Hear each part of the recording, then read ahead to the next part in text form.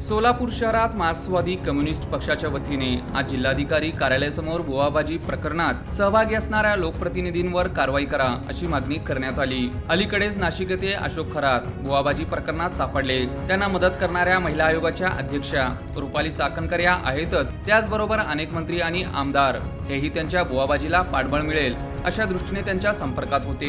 या सर्व 39 आमदारांवर कारवाई व्हावी अशी मागणी माकपाने केली आहे। जिल्हाधिकारी कार्यालयासमोर या मागणीकडे लक्ष वेधण्यासाठी अशोक खरात यांचा पुतळा बनवून त्याला फाशी देण्यात आली। माकपाचे स्थानिक पदाधिकारी मोठ्या संख्येने या आंदोलनात सहभागी झाले होते।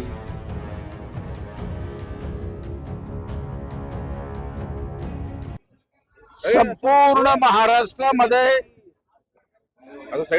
त्या नाशिक आणि अहिल्यानगरच्या परिसरामध्ये इतकंच नव्हे, पुणे मुंबईच्या परिसरामध्ये बोंधूबाबा अशोक खरात गेले 20 वर्षापासून महिलांचं शोषण करतो, पिळवणूक करतो, 5-5 लाख रुपये फी आकारतो, गाड्या स्वीकारतो, अमावस्याची पूजा करतो, 50 एकर जागा त्याच्या नावावर आहे, 2000 कोटीचं बँक बॅलन्स आहे, अनेक आमदार खासदार मंत्री IAS ऑफिसर IPS ऑफिसर अनेक पुढारी या बोंधूबाबा अशोक खरातच्या भोवती सामील झालेला आहे।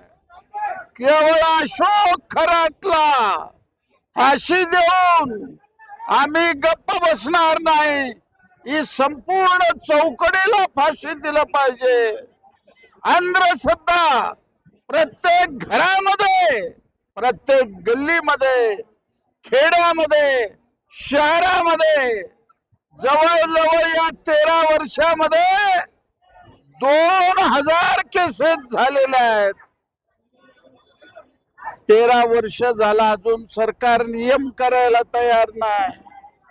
मी आमदार असताना याच्यावर मोठी चर्चा झाली, सरकारनेच बिल आणलं आणि सरकारी आमदार याला विरोध करायला सुरू केल्यावर मी आणि गणपतराव देशमुख ते थांबवलं, म्हणून हे बिल कुठंतरी पास झालेलं आहे।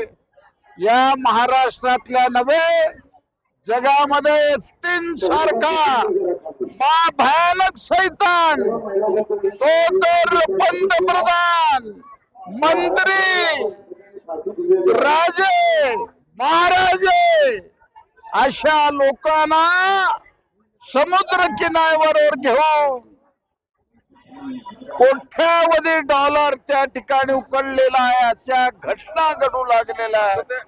अटक झाली आहे ना, आता अजून तुम्ही अटक होऊन प्रश्न सुटणार नाही, जलद गती न्यायालयापुढे घेऊन जावा आणि याला फाशी दिल्याशिवाय, कारण अनेक पत्रकारांचं त्यांनी मर्डर केलेलं आहे, 1500 महिलांचं नाव उघड झालेलं आहे, शारीरिक शोषण झालेलं आहे।